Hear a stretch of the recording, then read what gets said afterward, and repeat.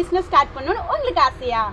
குடும்பத்தையும் தொழிலையும் பேலன்ஸ் பண்ணிக்கிட்டே ஏர்ன் பண்ணணும்னு உங்களுக்கு ஆசை. வீட்டில் இருக்க எல்லாத்துக்குமே நம்ம வீட்டில் ஃப்ரீ டைமில் வேலை பார்க்கணும்னு ஆசை இருக்கும். ஆனால் அவங்களால முடியாதுன்னா நம்ம வீட்டிலேருந்து என்ன பண்ணுறது, எப்படி பண்ணுறது, எங்கே தொடங்குறது, நம்ம தொடங்கினா இதை அடுத்த லெவலுக்கு எப்படி கொண்டு போகிறது அப்படிங்கிற டவுட் இருக்கும். ஸோ ஃபஸ்ட்டு நீங்கள் ஒரு தொழில் தொடங்க போகிறீங்க அப்படின்னா உங்களுக்கு என்ன திறமை அப்படிங்கிறத கண்டுபிடிங்க. இப்போ வந்து நம்ம நிறைய விஷயங்கள் நம்மளோட கிளாஸ்லேயே கற்றுக்கிட்டோம், இல்லாமல் நீங்களும் நிறைய விஷயங்கள் கற்றுருப்பீங்க. ஆனால் கற்றுக்கிட்டதை அப்படியே வச்சா பிரயோஜனமே கிடையாது. இப்போ ஒவ்வொருத்தருக்குமே ஒவ்வொரு திறமை இருக்கும். கரெக்டாக ரேட் ஃபிக்ஸ் பண்ணுவாங்க. இன்னும் சில பேர் என்ன பண்ணுவாங்கன்னா பண்ணுற ஒர்க்கை பர்ஃபெக்டாக பண்ணி கஸ்டமர்கிட்ட ஃபீட்பேக் வாங்குவாங்க. இன்னும் சில பேர் கடையில் போய் கரெக்டாக அது பொருளெல்லாம் தேடி நல்ல பேரம் பேசி கம்மியான ரேட்டுக்கு வாங்கிட்டு வருவாங்க, ஹோல்சேல் வாங்கிட்டு வாங்க. இப்படின்னு சொல்லி ஒவ்வொருத்தருக்குமே ஒவ்வொரு ஸ்கில் இருக்கும்.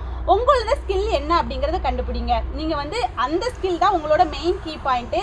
நீங்கள் வந்து எந்த ஸ்கில்லுமே யாருக்கும் கிடையாதுங்கிற, எல்லாருக்குமே ஒரு ஸ்கில் இருக்கும். பண்ணுற விஷயத்த நீட்டாக ப்ரெசென்ட் பண்ணுறது. சில பேர் வந்து ரீல்ஸ்லாம் சூப்பராக போஸ்ட் பண்ணுவாங்க.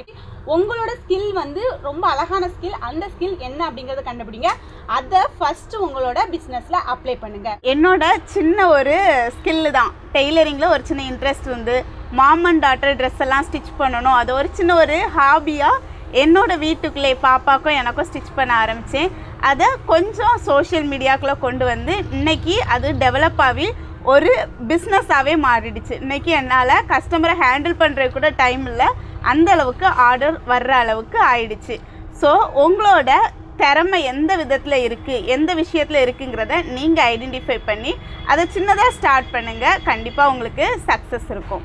ஃபர்ஸ்ட் டே நாங்கள் எங்களோட ஸ்கில்லில் ஒரு ட்ரெஸ் தான் நாங்கள் ஸ்டிச் பண்ணோம், ஒரு மாமுக்கு ஒரு டாட்டருக்கு. இப்போ வந்து 10 பேர் தந்தால் கூட அதை ஸ்டிச் பண்ணுறதுக்கு ரெடியாக இருக்கும், 50 பேர் தந்தால் கூட பண்ணுறதுக்கு ரெடியாக இருக்கும். ஏன்னா அந்த ஸ்கில் மூலமாக எங்களுக்கு கிடைச்ச எக்ஸ்பீரியன்ஸ் தான். ஸோ இந்த மாதிரி உங்களோட ஸ்கில் அப்படிங்கிறது இப்போ ஸ்டார்டிங் ஒரு சின்ன பாயிண்ட் தான்.